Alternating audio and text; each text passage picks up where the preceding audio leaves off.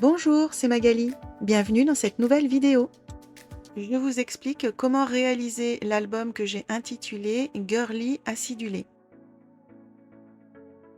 On commence par découper 3 grands morceaux de papier. Pour ma part, c'est du 160 grammes. Ils font tous 19,5 de hauteur. L'un fait 34 de long, l'autre 35 et le troisième 36 cm. Comme vous le voyez, ils ont tous 1 cm d'écart. Et si vous n'avez pas comme moi des feuilles A3 qui vous permettent de découper en un seul morceau ces mesures, il suffit de rajouter sur un A4 la partie manquante en venant la coller sur 1 cm de large.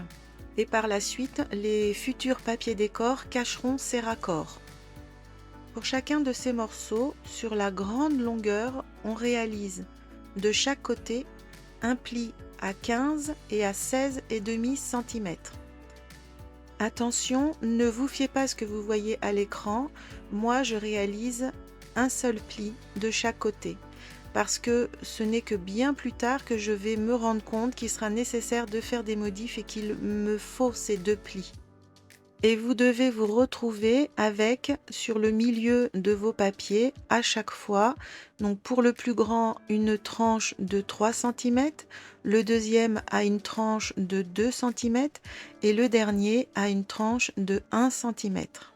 Ce que j'appelle tranche, c'est la partie de votre page qui se trouve au milieu et qui est bordée de part et d'autre d'un pli de 1,5 cm. Et ces plis de 1,5 cm vont former des goussets d'amplitude, ce que moi, à ce stade sur la vidéo, je n'aurai pas. On marque bien tous ces plis. Et bien que vous ayez un pli en plus que moi de chaque côté de votre tranche, vous voyez que vos pages forment des U. C'est ce qu'on appelle une structure en U.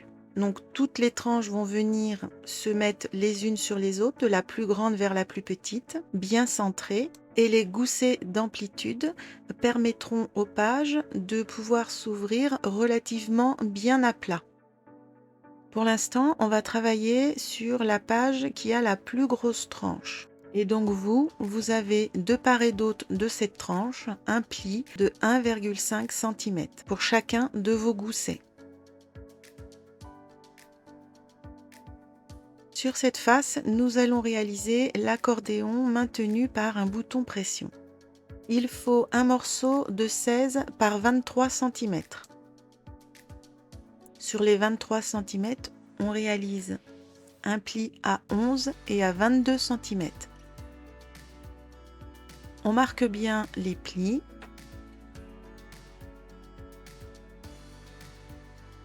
Et on refait exactement la même chose avec un deuxième morceau de papier.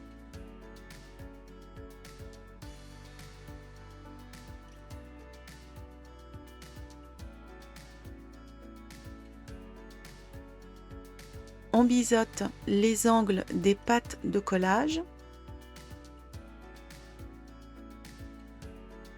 et on réunit ces deux morceaux via la patte de collage de l'un d'eux. On se met bien bord à bord, aligné sur le haut et le bas, et on ne se trompe pas, l'un des morceaux a une patte de collage qui vient jointer sur la partie de l'autre morceau où il n'y a pas la patte de collage. On maroufle et on essuie l'excédent de colle. On manipule l'accordéon, on replie les feuillets un coup dans un sens, un coup dans l'autre. On voit si tout s'aligne bien. S'il faut, on corrige, comme c'est mon cas. Donc je reforce le pli pour que ça s'aligne correctement.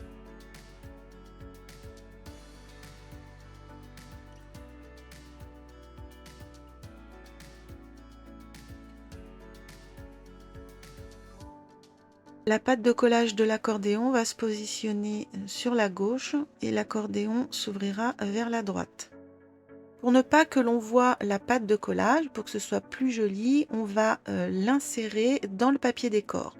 Donc il faut choisir un papier décor qui viendra sous notre accordéon Je ne vous donne pas de mesure parce que cette fois-ci, je vais essayer de mettre en pratique une méthode que je vois beaucoup et que jusqu'à présent je n'appliquais pas. C'est de venir marquer avec un crayon les dimensions nécessaires plutôt que de mesurer la base et de découper son papier. Après l'avoir pratiqué un petit peu tout au long de ce projet, je me rends compte qu'en fait, c'est pas si mal. Ça évite de retenir des mesures parfois un peu alambiquées, du 10,2 sur 16,4. Bon, à force de se le répéter, au moment où on coupe, parfois on fait des erreurs. En tous les cas, moi, ça m'arrive. Et là, le fait de marquer le papier, on n'a pas besoin de retenir de dimensions. On vient tout bêtement aligner notre petite marque sous le cutter du massicot. Et ma foi, ça marche pas si mal. Surtout que là, je ne souhaite pas enlever 0,5 cm à ma base. Je veux vraiment essayer de coller au plus près de ma base. Donc une fois que le papier décor est découpé, on le met bien en position sur notre page et on vient le fixer avec des trombones.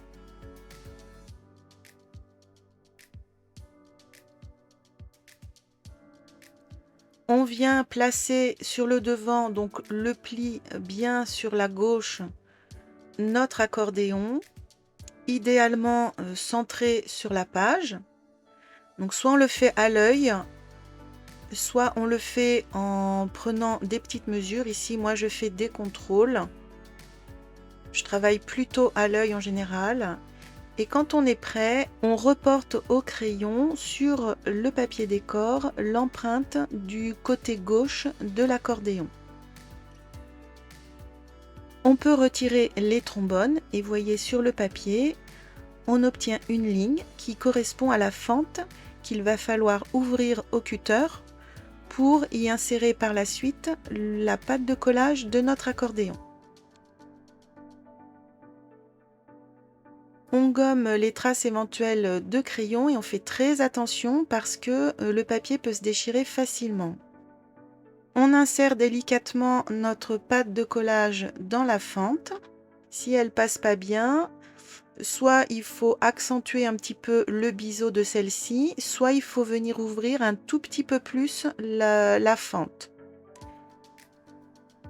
Cette pâte de collage ne doit pas être enfoncée totalement, il faut s'arrêter un tout petit peu avant le pli. Pour mieux voir, vous déployez votre accordéon vers la gauche et là, on voit bien qu'il y a un micromillimètre entre le pli et le début du papier.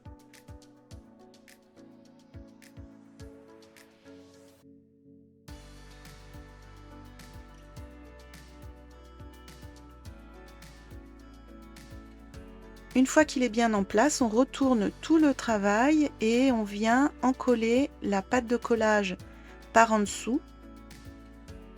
Alors moi évidemment, comme d'habitude, je fais un millier de vérifications avant de faire mon action définitive, parce qu'une fois que c'est collé, on ne peut plus trop revenir en arrière. Et ne surchargez pas en colle, un filet suffit. On maroufle, on essuie l'excédent de colle et si tout va bien, tout est fonctionnel. Ça se déploie bien sans forcer nulle part. Voici à peu près ce que ça donne. N'oubliez pas que vous avez en plus de ce que vous voyez à l'écran, un gousset de 1,5 cm entre la tranche et votre papier décor. L'habillage des goussets d'ailleurs se fera bien plus tard. On va préparer l'installation du bouton pression et pour cela, il faut choisir vos papiers décor sur le recto et le verso du premier volet de l'accordéon.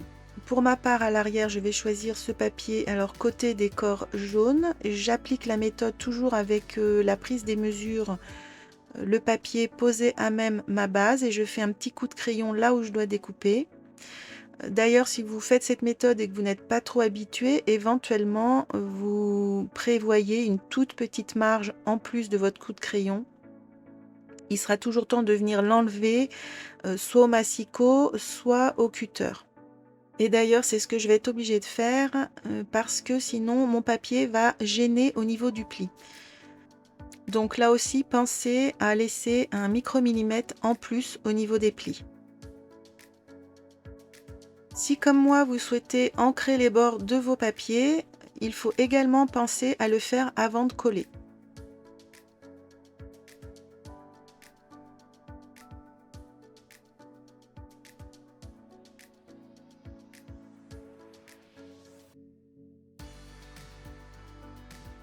Je décide également de mater très légèrement ma carte parce que je trouve qu'elle ne ressort pas assez sur le blanc de mon accordéon.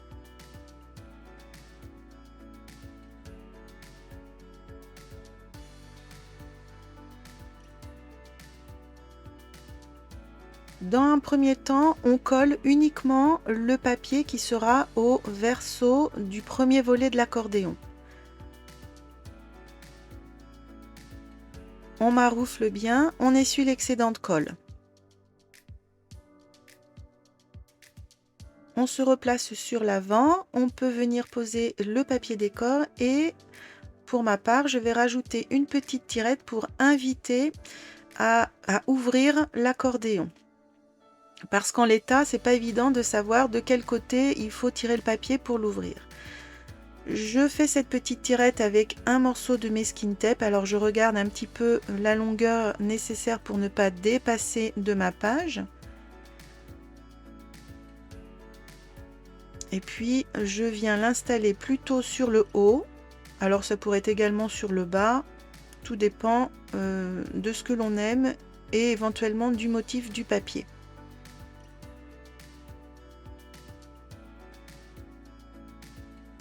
Quand tout est bon, on colle également le décor sur la face de notre accordéon. Alors pour le marouflage et pour pas risquer d'abîmer mon papier décor avec le plioir parce qu'il a une texture un petit peu glacée, je viens protéger la surface avec un papier lambda.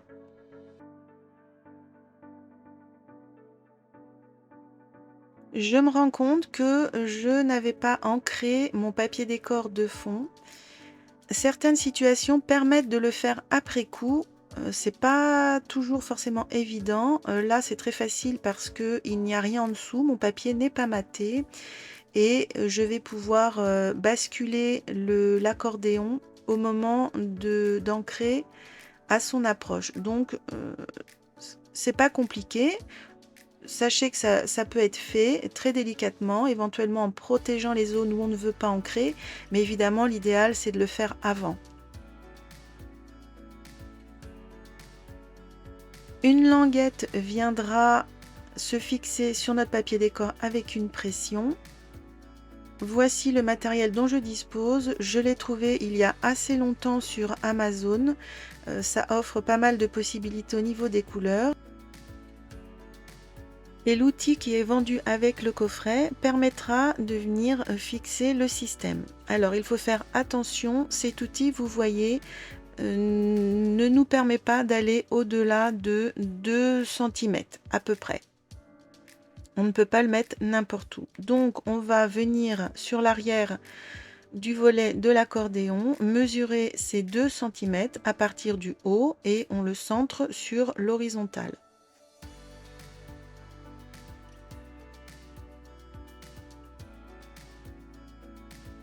On perce avec une pointe au niveau de la marque qui a été faite. Pour réaliser la languette, on prend une chute de papier de 2 cm de large. Pour ce qui est de la longueur, on part sur un morceau de 10 cm et on va l'ajuster au fil du montage. Vous pouvez aussi, comme moi, déjà déterminer le papier décor qui recouvrira cette languette. Sur une des extrémités de cette languette, on va faire une petite finition en arrondissant les angles d'un seul côté. On choisit ensuite la couleur des pressions que l'on va installer. Je pars sur une sorte de rose assez soutenue. Donc je m'apprête à installer une des parties du système par l'arrière. Et là, je réalise que je peux très bien mixer les couleurs entre elles et choisir une couleur qui va mieux s'adapter à mon papier d'un côté et une autre de l'autre. Donc je vais opter du côté jaune pour une pastille qui a une couleur qui s'en rapproche beaucoup plus et qui sera bien plus discrète. Donc si vous avez ce type de matériel de pression, vous avez certainement un mode d'emploi qui vous est fourni. Chaque pression complète se compose de 4 morceaux. 2 des pièces sont identiques avec un côté bombé et un côté en pointe. Ça ressemble beaucoup à des punaises de bureau. Une troisième pièce avec un petit téton, on va dire, une excroissance, et la quatrième pièce, à l'inverse, a un creux. Donc vous imaginez bien que la partie avec l'excroissance va venir se clipser dans celle qui a un creux. On insère en premier une des punaises, je vais les appeler comme ça, par l'arrière de notre face d'accordéon. Sur l'avant, on vient enfiler sur la petite pointe qui dépasse une des pièces, mâle ou femelle, ça n'a pas trop d'importance. On prend la pince de serrage qui est livrée avec l'ensemble de ce matériel et il faut venir plaquer dans la partie de la pince qui a un petit creux, la partie bombée de la punaise. De l'autre côté, on se met bien raccord et on vient écraser l'ensemble. L'action en elle-même ressemble beaucoup à ce que l'on peut faire avec par exemple des œillets et une croppe d'ail. Et en fait, la petite pointe de la punaise va se retrouver écrasée. Elle n'aura plus sa forme de pointe. Et par cette action, ça soude les deux parties entre elles. Pour retirer d'ailleurs, il faut un petit peu manipuler la pince.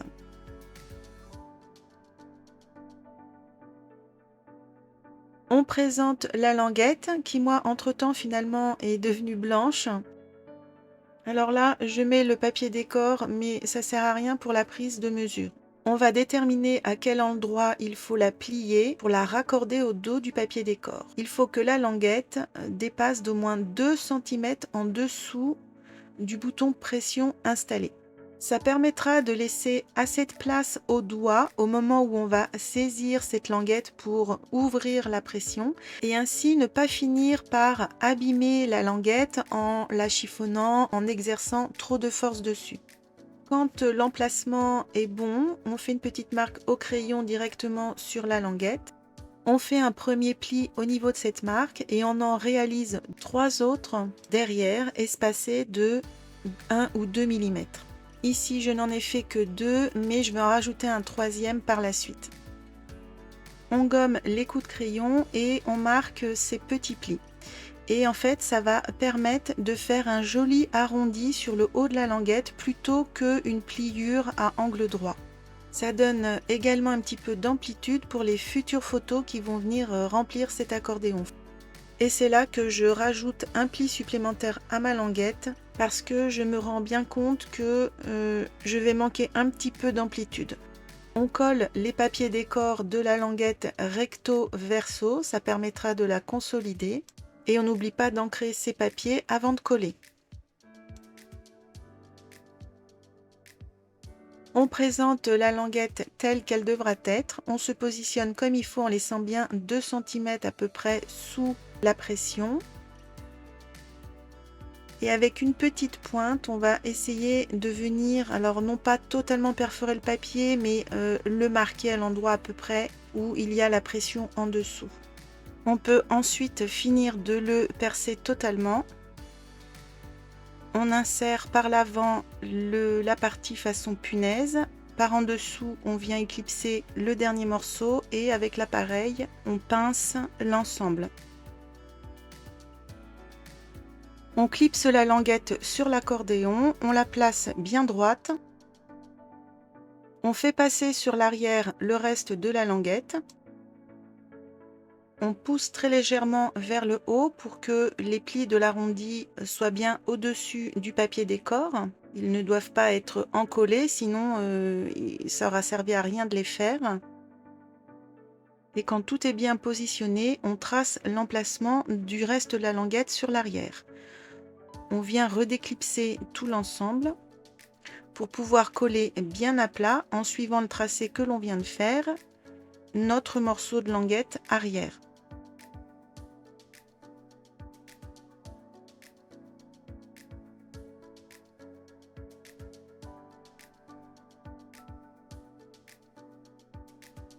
On peut coller tout cet ensemble sur notre première page. Pour rappel, c'est celle avec la plus grande tranche. Et je le redis encore, mais vous, normalement, vous avez entre la tranche et le papier décor que l'on est en train de coller, un gousset de 1,5 cm.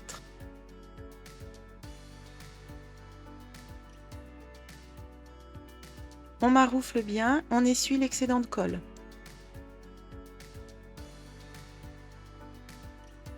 Quand la page se tient à la verticale, c'est normal si votre accordéon s'ouvre un petit peu sur le bas. L'important, c'est que la pression l'empêche de se déployer totalement. On met cette partie de côté et on va travailler à présent sur la page qui a une tranche moyenne, c'est-à-dire la tranche de 2 cm. On va réaliser 2 fois la même interaction, l'une sur le devant de ce bloc de page et l'autre à l'arrière. Ce seront 2 grandes pochettes, sur l'avant avec une ouverture vers la droite et à l'arrière avec une ouverture vers la gauche. Il faudra donc faire attention au moment de poser ces pochettes que l'on réalise 2 fois. Si on s'y prend bien, on peut réaliser les 2 pochettes dans un seul morceau de papier A4. Sur les 29,7 cm, on découpe 2 morceaux de 13,5 cm. Et sur ces 13,5, on réalise un pli de 1 cm d'un seul côté, sur chacun des 2 morceaux. Et sur les 21 cm, c'est là que l'on va tricher au niveau des pattes de collage, que normalement on devrait faire de 1 cm de chaque côté, mais pour ça il aurait fallu un morceau de papier de 21,5 cm. Afin d'économiser ce papier, on va tout simplement réaliser des pattes de collage un tout petit peu plus petites que les 1 cm. Ainsi, on pourra avoir notre pochette qui rentrera parfaitement dans notre page sans qu'on ait eu besoin d'utiliser 2 morceaux de papier A4. Donc ces 2 pattes de collage, on va les faire à 0,8 cm. Et bien sûr, on réalise cela sur les 2 morceaux de papier. Alors, si vous le souhaitez, vous pouvez déjà constituer une pochette, voir ce que ça donne avec 0,8 cm de pli de chaque côté et éventuellement rectifier le tir pour la deuxième pochette. Mais ça va vraiment se jouer à 1 mm. On marque bien les plis et on peut vérifier tout de suite sur notre première page comment se présente la pochette. Alors, l'ouverture se fait bien sur la droite de la page, tout doit être bien aligné en haut, en bas. La pochette évidemment ne doit pas dépasser de la page. Si c'est le cas, il suffit de resserrer un petit peu le pli d'une des 2 pattes de collage. Si tout est bon, on vient biseauter les angles des pattes de collage.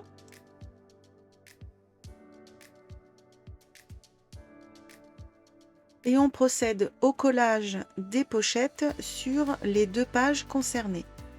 Alors, encore une fois, on fait bien attention au sens d'ouverture de la pochette. Sur le devant de la première page, la patte de collage est bien sur la gauche et l'ouverture sur la droite.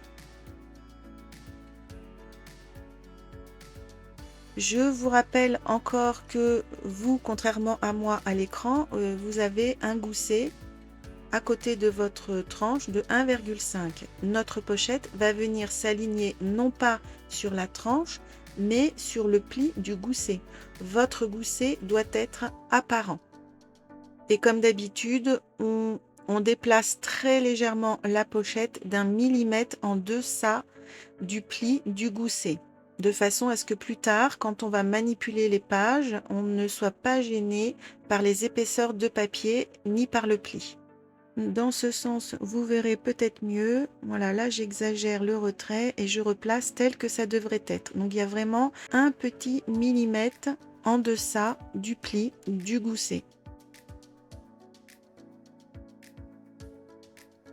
Je vous conseille de n'en coller pour l'instant qu'une seule des 3 pattes de collage pour pouvoir être plus à l'aise et bien positionner sa pochette. On n'a qu'une patte de collage à gérer, c'est moins stressant et en cas d'erreur, il n'y en a qu'une à arracher et non pas 3, où là potentiellement les dégâts pourraient être plus importants. On veille également à être bien aligné sur le haut et le bas, comme on l'a fait pour la répétition de nos gestes. On maroufle et on essuie l'excédent de colle. On peut ensuite finir d'encoller les 2 pattes de collage restantes. Dans la foulée, pour s'assurer qu'il n'y a pas eu des adhérences sur le papier mal placées, on glisse soit un grand morceau de papier jusqu'au fond, soit son réglé. Encore une fois, à cet endroit précis, vous devez avoir votre gousset de 1,5 cm en plus de votre page. Et de la même façon, sur la dernière page, on vient coller notre deuxième pochette. Cette fois-ci, attention, l'ouverture se fait vers la gauche. Donc la patte de collage vient s'aligner sur la droite au niveau du gousset de 1,5 cm que vous devez avoir. On se met très légèrement en deçà du pli de ce gousset et on s'aligne bien sur le haut et le bas.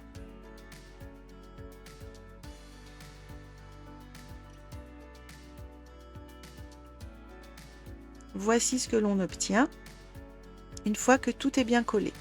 On peut choisir les 2 papiers décor qui viendront recouvrir ces pochettes, comme moi ici. Par contre, on ne fait pas la même erreur que moi, surtout on ne les colle pas encore. Il faudra avant installer un petit aimant sous chacun des papiers. On peut aussi préparer une partie des 2 grands tags qui vont s'insérer à l'intérieur. Ce sont des morceaux de 14,5 sur 19 cm et les 2 angles de la partie qui ressort de la pochette sont arrondis. Il y aura encore du travail à réaliser sur ces tags et pochettes, mais pour cette séance, on s'arrête ici. Je vous dis à très vite pour la suite de ce tutoriel dans une prochaine vidéo. Bon scrap!